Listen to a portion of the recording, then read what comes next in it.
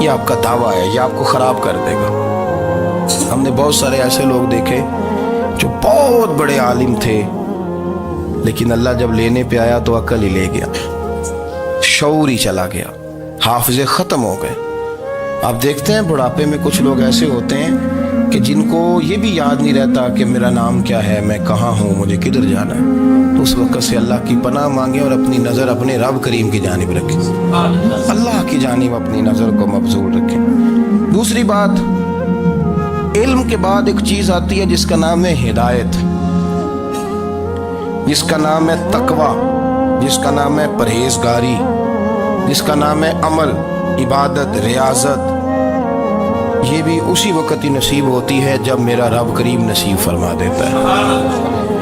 ہم نے نا نیکی کا اپنا اپنا سٹیٹس بنا لیا ہے، اپنا اپنا معیار بنا لیا ہے۔ کچھ لوگ کہتے ہیں کہ جناب مسجد میں سیمنٹ کا توڑا دینے سے بہتر ہے کسی غریب کو آٹے کا تھیلا دے دو۔ اب اس نے اپنا مزاج بنا لیا نا نیکی کا، اس نے اپنا سٹیٹس بنا لیا۔ میرا یہ سوال ہے کہ نبی پاک صلی اللہ تعالیٰ علیہ وسلم جب مدینہ شریف آئے تھے تو حضور نے سب سے پہلے غریبوں میں آٹا تقسیم کیا تھا کہ سب سے پہلے مسجد بنائی تھی؟ کیا عجیب لوگوں کا رنگ ہے، اپنی مرضی کی ہدایت، اپنی مرضی کا تقویٰ، اپنی مرضی کا معیار۔ مسجد کوئی بڑا چھوٹا خطیب بھی میری طرح کا ہو نا تو وہ مسجد میں بیٹھ کے جب نبی پاک کی بات کرتا ہے تو کہتا ہے میرے رسول پاک غریبوں کا سہارا بن کے آئے۔ وہ غریبوں کی بات کرتا ہے، مسکینوں کی، لاچاروں کی، کمزوروں کی بات۔ تو مسجد ہی تو وہ ادارہ ہے جہاں سے غریبوں کی بات ہو رہی۔ تو اب لوگوں نے غریب کو اور مسجد کو لڑانا شروع کر دیا، اس کو لڑاؤ کہ مسجد میں پیسے دینے سے بہتر ہے آپ غریب کو آٹے کا تھیلا دے دیں۔ آپ یہ کیوں نہیں کہتے کہ مسجد میں بھی آپ توڑا دیں ایک سیمنٹ کا اور ساتھ غریب کو بھی خدمت کریں؟ یہ کیوں نہیں تقویٰ؟ اپنی اپنی مرضی کا مزاج، اپنی اپنی۔ کچھ لوگ کہتے ہیں چھوڑو جی، ساری زندگی انسان نماز پڑھتا رہے اور پھر گالیاں بھی دیتا رہے، بندہ داڑھی بھی رکھ لے اور جھوٹ بولنا بھی نہ چھوڑے۔ تو یہ آپ نے اپنے پاس سے تقوی کا معیار بنایا۔ گالی دینے کا گناہ ہے اور داڑھی رکھنے کا ثواب ہے۔ تو اگر آپ داڑھی رکھے ہوئے ہیں اور آپ کوئی غلطی کر رہے ہیں تو اس سے آپ کی داڑھی کا ثواب ختم، اللہ کرے آپ کو سمجھ آئے میری بات۔ آپ کوئی غلطی کر رہے ہیں، داڑھی کا ثواب اس سے ختم، وہ اپنی جگہ پہ قائم ہے چیز۔ اپنی مرضی کا کیوں تقوی کا معیار بناتے ہیں؟ تقوی کا مزاج اپنی مرضی کا نہ بناؤ۔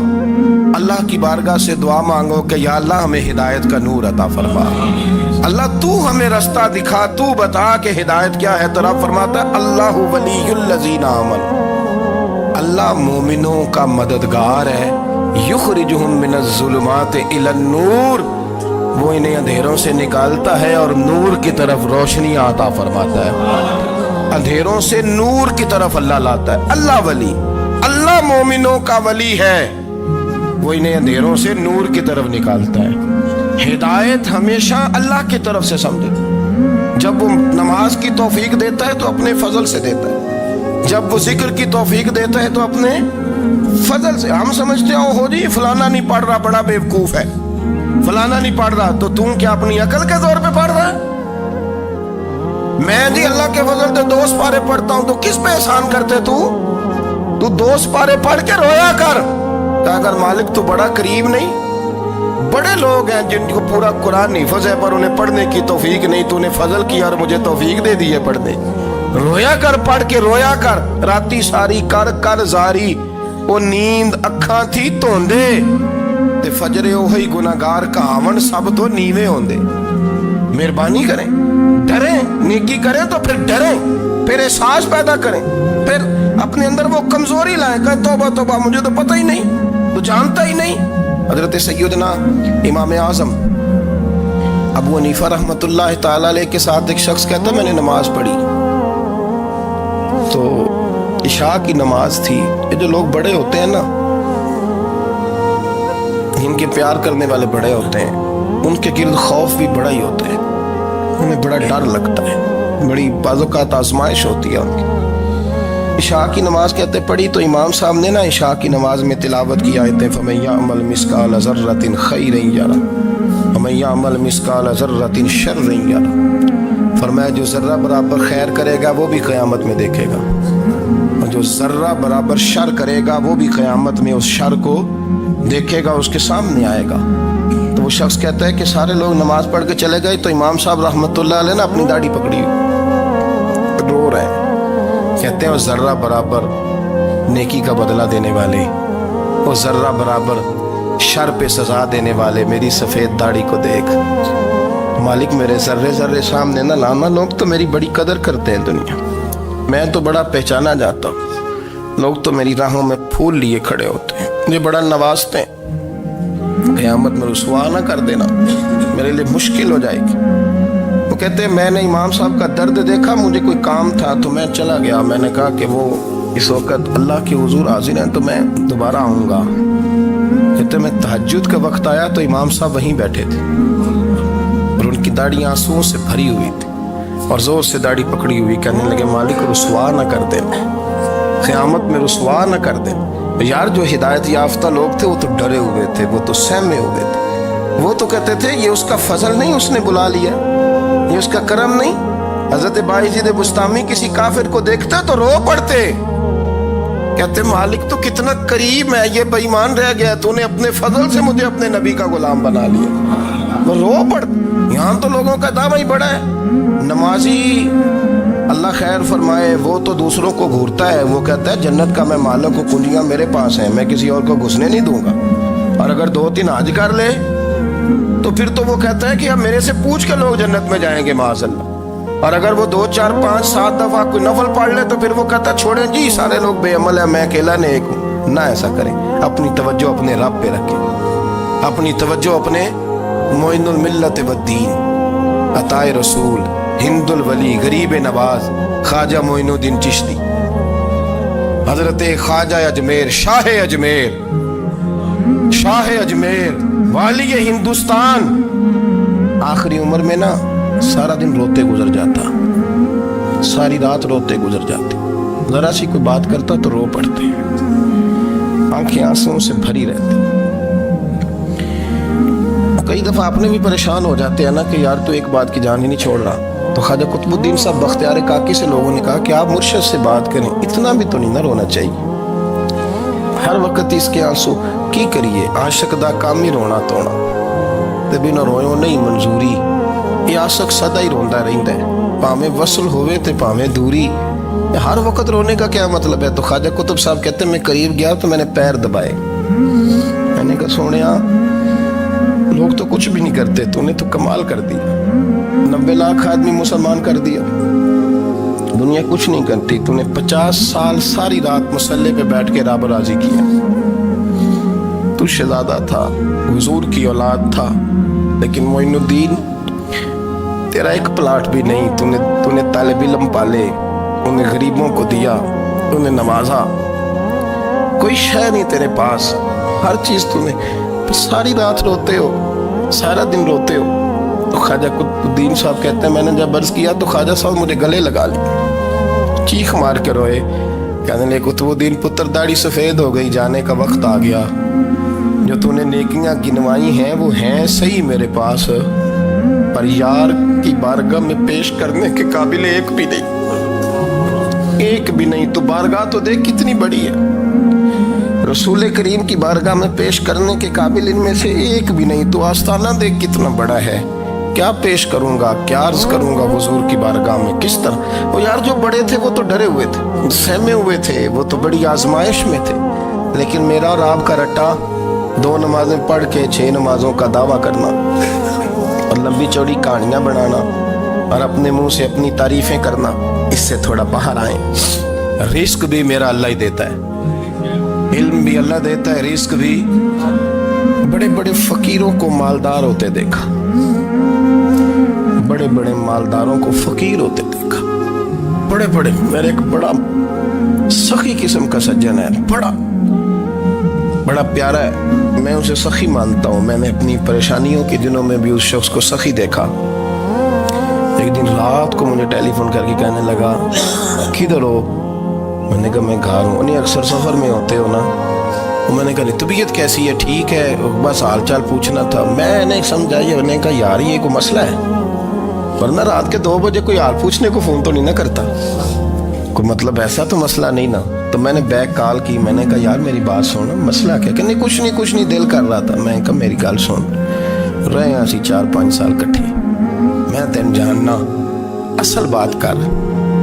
کہنے لگا مکان بھی بڑا ہے, سارا کچھ ٹھیک ہے, پر وہ بڑا ہی بے نیاز ہے. کچھ حالات اس قسم کے آ گئے ہیں کہ لوگوں کو بتاؤں بھی تو لوگ ماننے کو تیار نہیں. زیادہ نہیں, مجھے نا تھوڑے سے پیسوں کی ضرورت ہے, کوئی 15-20 ہزار اگر مل جائیں میری ضرورت. آپ یقین کریں میں روتا رہا ساری رات. میں نے کہا مہربانہ تیرا کس طرح کرانگ, اس سے لے کے زمانہ استعمال کرتا تھا, پر بے پرواہی ویخ نہ سجڑ دی, جتھے کسے دی پیش نہ جاوے انہیں تاجہ والے در در رولے تے منگتیاں تخت بٹھاوے. سجنا کسے نو کارا مل دئی, کوئی کعبے خالی آوے. واللہ خیر الرازقین, اگر تو دائیں بائیں نہ جا, رزق تو تجھے میں دوں گا, میں ہوں بہتر رزق دینے والا. بڑے بڑے بادشاہ, بڑے بڑے شہنشاہ, بڑے بڑے لوگ, ہاتھوں میں کاسے, فقیریاں. ام ربیعہ کہا کرتی تھیں, بڑی نیک اور صالح خاتون تھیں. وہ کہتی ہیں کہ میں نا بڑے امیر آدمی کی بیوی تھی, اپنے شوہر کے ساتھ چھت پہ بیٹھی تھی تو نیچے فقیر مانگنے والا آیا. اس نے بڑے درد سے صدا کی تو میں نے اپنے شوہر سے کہا کچھ دے دے. کہا دفع کر, ان لوگوں نے دھندا بنایا ہوا ہے. کہتی میں میکے سے بھی بڑا مال لے کے آئی تھی, میرے ماں باپ بڑے امیر تھے, تو میں نے نا چوری اپنے خامد سے نظر بچا کے باتھ روم جانے کے بہانے گئی اور نیچے جا کے 5 دینار میں نے اس فقیر کی ہتھیلی پہ رکھے. کہتے اس نے 5 دینار دیکھے, پھر میری طرف دیکھا تو میں نے اس کی آنکھوں میں آنسو چمکتے دیکھے. کہنے کہ بی بی رب تیرا بھلا کرے, میں 3 دنوں کا بھوکا ہوں. کہ وہ چلا گیا. میں گھر آ گئی, جب باہر آئی تو میرا شوہر کہنے لگا تو اتنی اب اتنی تو تیز ہو گئی ہے اور تو اتنی خود مختار ہو گیا, میرے بغیر پوچھے مال خرچ کرے گی, جا تجھے 3 طلاقیں. کہتی میں بالدار اور وزادار باپ کی بیٹی تھی, طلاق لے کے گھر آئی تو میرا باپ ٹوٹ گیا, چارپائی پہ چلا گیا. اوہو یہ کیا بن گیا. کہتی بڑی تکلیف رہی. 1-2 سال کے بعد میرے ابا نے میری شادی کر دی. اب جس شوہر کے پاس گئی وہ بڑا نیک تھا, پرہیزگار تھا, اللہ نے بہترین صلہ دیا. کہتی چھت پہ بیٹھی تھی, دروازے پہ فقیر آیا, میں نے شوہر سے کہا کچھ دے دوں. کہنے لگا 5 نہ دینا, 15 دینا, 20 دینا, میں فقیر ہوں, میں نے فقر سے دولت دیکھی ہے, اسے خالی نہ لوٹانا. کہتی ہے کہ میں نیچے گئی اور جب میں نے اس کی طرف دینار بڑھائے تو میری چیخ نکلی, پیسے پھینک کے میں بے ہوش ہو کے گری. میرا شوہر نے آ کے اٹھایا, اندر لے گیا, پانی منہ پہ چھڑکا. کہنے لگا تجھے کیا ہوا؟ کہنے لگی یہ جو مانگنے آیا یہ میرا پہلا شوہر تھا, وہی تھا جو کہتا تھا کہ تو 5 دینار دے آئیے, جا تجھے 3 طلاقیں. پڑھو نا حدیث پاک. میرے نبی پاک علیہ السلام نے فرمایا ایک بندہ گنجا تھا, گنجا, کوئی ترتیب آگے پیچھے ہو جائے تو مفہوم کے لحاظ سے, لیکن میں مفہوم اس کا واضح کرتا ہوں. ایک گنجا تھا, کوئی شے نہیں تھی, سر پہ بال بھی نہیں تھے, رویا کرتا تھا. اللہ تعالیٰ نے فرشتے کو بھیجا, تجھے کیا چاہیے؟ تو کہنے لگا بال آ جائیں اور تھوڑا مال آ جائے. فرشتے نے ہاتھ پھیرا تو بال بھی آ گئے تو بکریاں بھی آ گئیں, لائنیں لگ گئیں, مال ہی مال ہو گئے. دوسرے کے پاس گیا, وہ کوڑا تھا, اس کو جا کے کہا کیا چاہیے؟ کہنے لگا شفا ہو جائے اور کچھ اللہ تعالیٰ آسانی کر دے. شفا بھی ہو گئی, گائیں بھی دے دی, بھینسیں بھی دے دی, مال ہی مال ہو گئی. پھر ایک کے پاس گیا, وہ اندھا تھا, تجھے کیا چاہیے؟ اس نے کہا آنکھیں ملنے اور کچھ ساتھ اللہ مال دے دے. اونٹ ہی اونٹ ہو گئے. جب بڑا نواز دیا تو پھر مالک نے امتحان لینے کا ارادہ کیا. یاری تیری سونا ہے پر آزمائشاں بھی تیریاں اگ, آزمائشاں تیریاں, صحیح کہہ رہا ہوں, آزمائشاں تیریاں, یاری تیری سونا ہے پر آزمائشاں تیریاں. یہ سونا پرکھیا جامدائی, پہلو نہ لگاں دے لگ. اللہ نے فرمایا آزمائش کرو. سب سے پہلے گنجے کے پاس آئے, اسے کہا اللہ کے رستے میں کچھ دیکھا نہیں لگا, میرے خرچے ہی بڑے, دیکھو تو صحیح کتنی مشکل میں وقت گزارتا ہوں, حال ہی کوئی نہیں. تو اس نے کہا میں نے تو سنا ہے تو گنجا اور بھوکا ننگا تھا. کہنے لگا میں تو جلدی پوچھتی رہی سے اعظم ہوں, تجھے کس پاگل نے کہا ہے بھاگ جا؟ اس نے کہا اچھا جیسے تو تھا ویسے ہی ہو جائے. کھیت کھلیان اجڑ گئے, پھر سے گنجا ہو گیا. حضور علیہ السلام فرمانے لگے, پھر وہ اس کے پاس گیا جو کوڑا تھا, اسے کہا کچھ دے. کہنے لگا خرچے ہی بڑے. اب پوچھ لیں کسی امیر آدمی سے، کہے گا چکی کے نیچے ہاتھ ہے میرا، میرے سے زیادہ تو اب پریشان بندہ ہی کوئی نہیں، کیا بتاؤں آپ کو، اتنا ٹیکس ہے، اتنا جرمانہ ہے، فلانی شے، بڑا کچھ گنواتے ہیں لوگ۔ اس نے کہا میں نے تو سنا تو پہلے کوڑا تھا۔ اس نے کہا اچھا دوڑ جا، میں تو رئیس اعظم ہوں، دادا بھی پردادا بھی اور ساری نسل ہی۔ اس نے کہا اچھا جیسے تو تھا ویسے ہی ہو جائے۔ پھر وہ گیا اندھے کے پاس اور جا کے کہا اللہ کے نام پہ کچھ دے۔ تو کہنے لگا رب کے نام پہ؟ یہ کھڑے ہیں اونٹ، جتنے تیرے دل کرے لے دا۔ اس نے کہا کیا معنی اس بات کا؟ کہنے لگا یار تجھے کیا بتاؤں، میں تو اندھا تھا، میں نے تو کبھی دنیا دیکھی نہیں تھی، پھر اس کریم نے فضل کیا تو مجھے بڑا کچھ دکھایا، میں کیا بتاؤں، میرا دل کر رہا ہے کہہ دوں کہ پھر اس نے کعبہ دکھایا، پھر اس نے روضہ رسول دکھایا، پھر اس نے ریاض الجنہ کے سجدے دکھائے، پھر اس نے اپنے محبوب کے دروازے کی رونقیں دکھائی، اس نے بڑا کچھ دیا، اس نے بڑا نوازا۔ میرے پاس تو شاید میں بدکار پرانا خادم، کسے در ملی نہ ڈوئی، اتواصف یار نے نظر جو کی تھی پھر واصف ہی ہوئی، کہ تو اس کا کرم ہوا۔ تو یہ کہنے لگا تو اللہ کے نام پہ جان مار، میں تو میرے پاس تو شاید کوئی نہیں، تو مجھے تو اپنا پتہ ہے، میں تو کوئی شے نہیں تھا، کچھ نہیں تھا میرے پاس، اللہ کا کرم ہے کہ وہ خلقہ اتر ہے۔ اور مختصر سی میری کہانی ہے، یہ جو بھی ہے ان کی مہربانی۔ وہ کہنے لگا میں بھی کچھ لینے نہیں آیا تھا، تیری آزمائش ہی کرنے آیا تھا، تیری عزتیں بھی سلامت رہیں گی، تیرا مال بھی سلامت رہے گا، تیری شفا بھی۔ اپنی زندگی میں کبھی بھی اللہ کی بارگاہ سے توجہ ادھر ادھر نہ کریں، چھوڑے لوگ کیا کہیں، دنیا کیا کہے، کبھی بھی اپنی توجہ دیں۔ ہمارا یہ مسئلہ بن گیا کہ ہماری سیاست ہے، ہماری دنیا داری ہے، ہم بندوں کو راضی کرنا چاہتے ہیں، ہم دیکھتے ہیں کون کس طرح، اور آپ یقین کریں آپ تھک جائیں گے، بندے راضی نہیں ہوتے، نہیں راضی ہوتے، آپ ان کو منا کے لائیں گے تو ادھر والے نکل جائیں گے، ادھر کو منائیں گے تو ادھر والے نکل جائیں گے، اس چکر سے باہر آئیں گے، اس رب کو راضی کریں جو فرماتا ہے ان الذین آمنوا بالصالحات سیجعل لهم الرحمن ودا۔ فرمایا تو ایمان لانے کے بعد نیک عمل کر، میں لوگوں کے دلوں میں تیری محبت پیدا کر دوں گا۔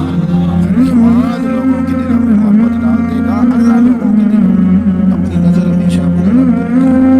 اتنی لمبی چوڑی دنیا داروں سے امید ہے نہ مسئلہ کرے، میں نے دیکھا ہے لوگ کاسا بیسی کرتے ہیں، کبھی اس کے دروازے پہ کبھی اس کے دروازے پہ، ان چکروں سے باہر آئیں اور اپنے رب کی بارگاہ کی طرف توجہ کریں، استغفار شوق سے پڑھا کریں، اکیلے میں نہ اکیلے میں۔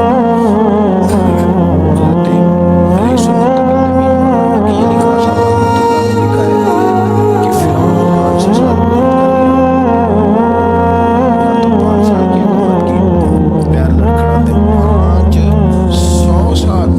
فرماتے اصل وجہ یہ تھی کہ دنیا جب سو جاتی تھی نا